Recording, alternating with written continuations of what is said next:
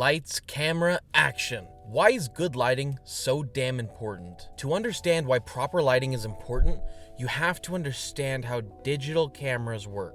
A digital camera sensor operates by converting light that enters through the lens into electrical signals, which are then processed to create digital images. The sensor's pixels detect varying intensities of light and colors, forming the very basis of the fine detail and quality of the image.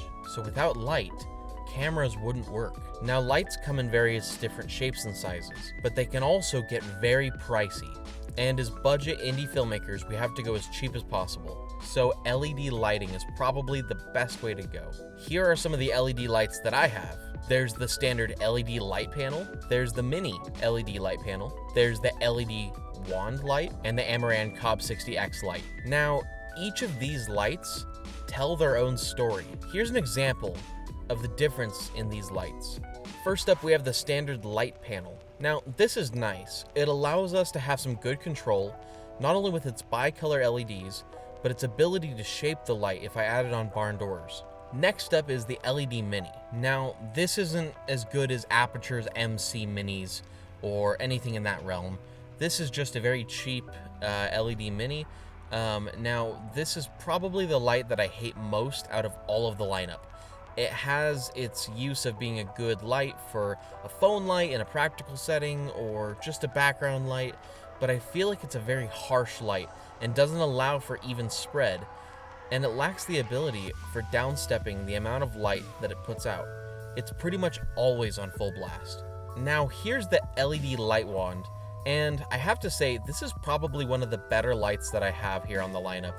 Not only does it have bicolor capability, but it also has RGB capability. They're extremely portable and allow for even spread. Now, the only downside with the lighting is when you're lighting a subject, you get this line reflection on people's eyeballs, or if you're ever filming glasses, like cups or glasses, you get this line effect, and it can kind of be a killer when you're trying to film video or a product shoot. Up last is my Amaran Cobb 60X. This is a monster of a light. At almost $230 per light, these aren't always the most budget-friendly option. They are, however, extremely bright.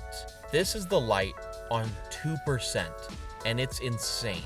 And if you don't put a diffuser on the light, this thing can blind people. This light is bicolor and is amazing with the Bluetooth Sidus app. It also comes with some pretty awesome effects, like this fire effect, where it automatically surges the light up and down to create the same randomness as a campfire. Now, overall, it really depends on what you're trying to film, and with all that, I just want to leave you with the knowledge that you don't need anything special to convey a story.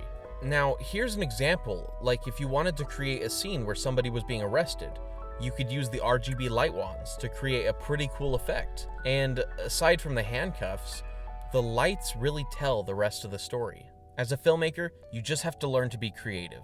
If you like this video, subscribe to PennyMadeFilms to follow along on the DIY filmmaking journey, and leave us a comment of what you want to see next. And cut.